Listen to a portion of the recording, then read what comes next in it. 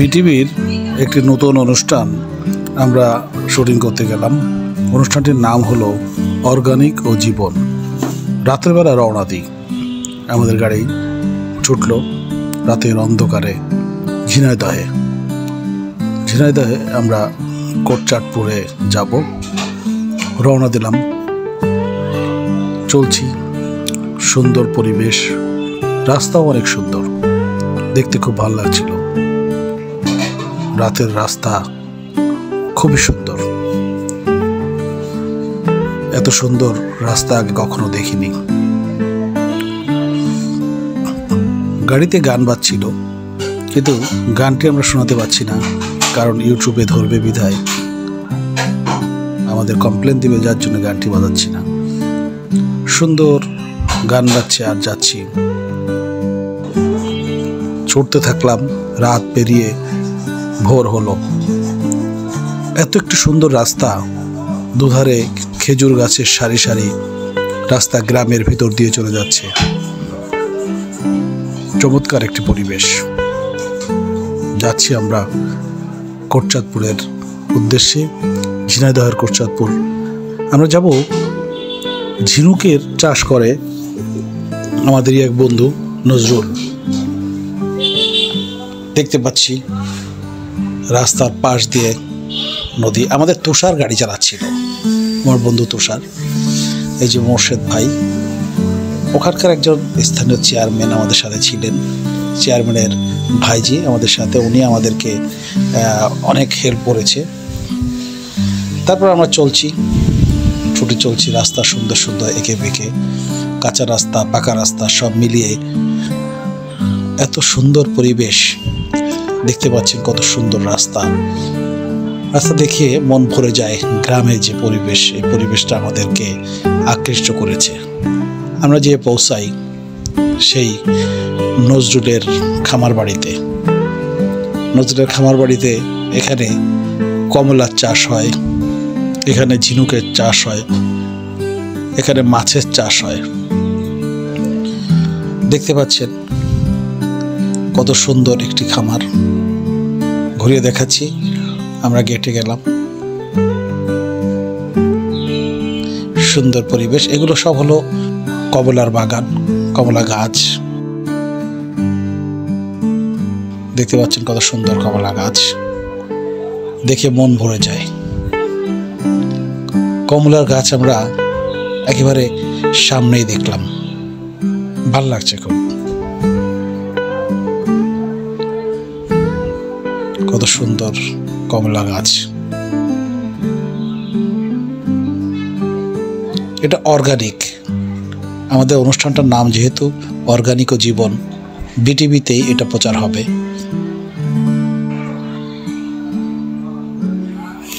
আমরা দেখছিলাম কমলার বাগানটি। আমাদের মোর্শেদ ভাই আবার একটু দেখিয়ে দিচ্ছিল।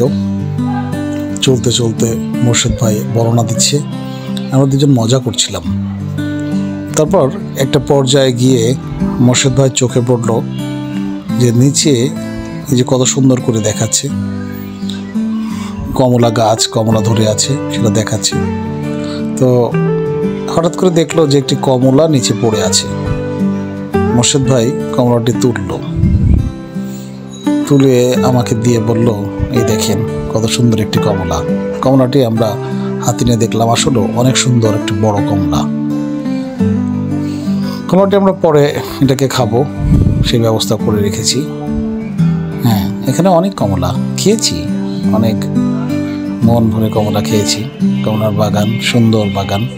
এখানে আবার পেঁপের চাষও হয়। আমরা যখন এসেছি তখন পেঁপের গাছ খুব একটা ছিল না, আর পেঁপে ছিল একটি গাছে, দু একটি গাছে পেঁপে ছিল, সব গাছে ছিল না। এখানে মুক্তা গবেষণাগার, ঝিনুক থেকে মুক্তা চাষ করা হয়। এটি অর্গানিকভাবে চাষ করা হয়। সাধারণত ঝিনুকে মুক্তা হয় সাগরে, কিন্তু এখানে চাষাবাদ করা হয়, নিজেরা তৈরি করা হয়। প্রত্যেকটি ঝিনুকে মুক্তা থাকে একাধিক। প্রসেসগুলো অনেক সুন্দর। দেখুন, ঝিনুক এবং মাছ দুটি একসাথেই থাকে। আমাদের নজরুল ঝিনুক এখন উঠিয়ে আমাদের সামনে দেখাবে কিভাবে ঝিনুক থেকে মুক্তা বের হচ্ছে। এটা একটু ভালো প্রসেস। নজরুল দেখানোর চেষ্টা করছে। নজরুল এর উপরে ডক্টরেট করেছে। আমাদের দেশে খুব কম মানুষই এই ধরনের পেশা নিয়ে থাকেন। নজরুল সেই পেশাটা জড়িয়ে ধরে আছেন। এখান থেকে উনি অনেক বেনিফিটেড হচ্ছেন।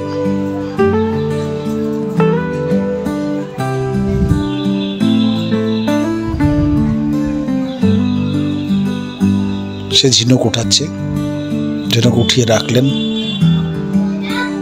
তারপরে ঝিনুকটি প্রসেস করবেন, করে আমাদের দেখাবেন। দেখতে পাচ্ছেন রায়ান এই খামারটি নজরুলের নিজে হাতে গড়া এবং তার ছেলের নামে। ঝিনুক উঠালেন,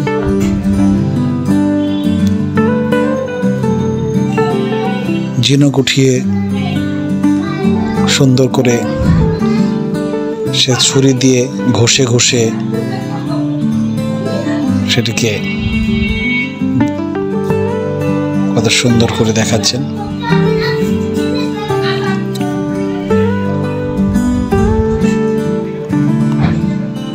দেখতে পাচ্ছেন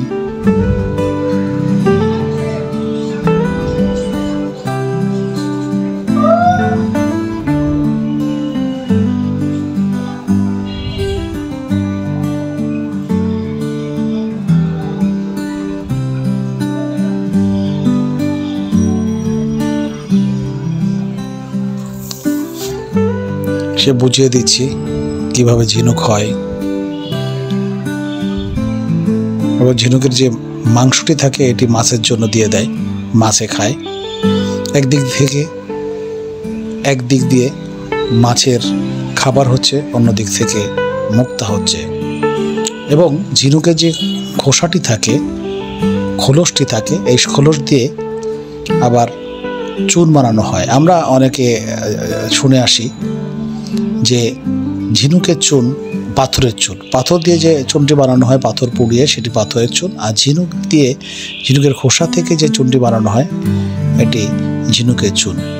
এই চুনটি আবার অনেকে পানের সাথে দিয়ে খান।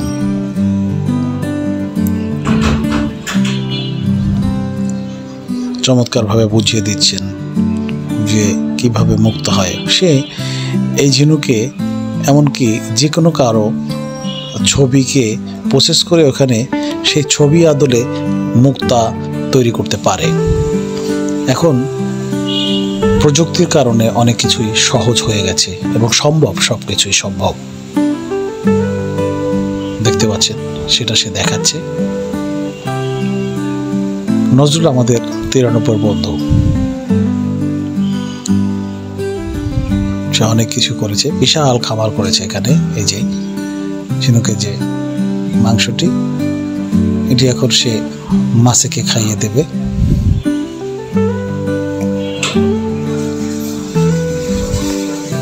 এই প্রসেসটি সে পুরোপুরি করে আমাদের দেখিয়েছে। এই ঝিনুকটি, এটা দিয়ে আবার কি কি তৈরি করা হয় সেটাও সে দেখিয়েছে। তার মেশিন সব কিছু আছে।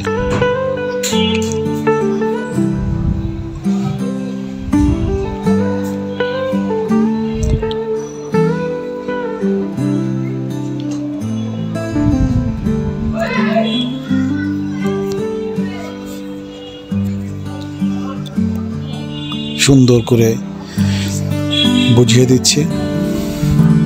এই পুকুর যেটা দেখতে পাচ্ছেন, ওই পুকুরেও সে ঝিনুকের চাষ করে, কিন্তু ঠান্ডাজনিত কারণে আমরা যখন যাই তখন শীত পড়ে, যার জন্য সে ওখানে নামে না। এই যে ঝিনুকের মুক্তা থেকে সে অনেক কিছু তৈরি করেছে। এখানে স্যাম্পল রাখা হয়েছে, কিভাবে কি অনেকগুলো অ্যাওয়ার্ডও পেয়েছে সে এর উপরে। সুন্দর চমৎকার করে প্রসেসিং করে, সব প্রসেসিংগুলো দেওয়া রয়েছে এখানে। দেখতে পাচ্ছেন অনেক সুন্দর। এটা হচ্ছে ড্রাগন গাছ। ড্রাগন বাগানে অনেক সুন্দর সুন্দর ড্রাগন গাছ দেখা যাচ্ছে। আমরা এখন ড্রাগন দেখছি না, তার কারণ হলো এখন যে সিজন, সে সিজনে ড্রাগন সব পাড়া হয়ে গেছে।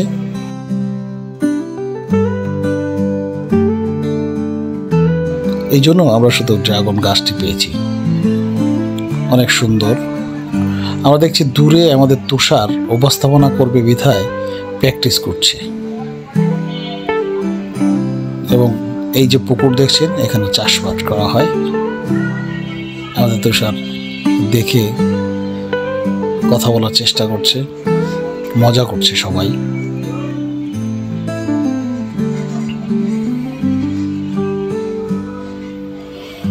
এরপর দেখলাম এই পুকুর থেকে মাছ ধরার জন্য জাল ফেলা হচ্ছে। জাল ফেললো, জাল ফেলে আমরা মাছ ধরবো, মাছ ধরাও দেখব।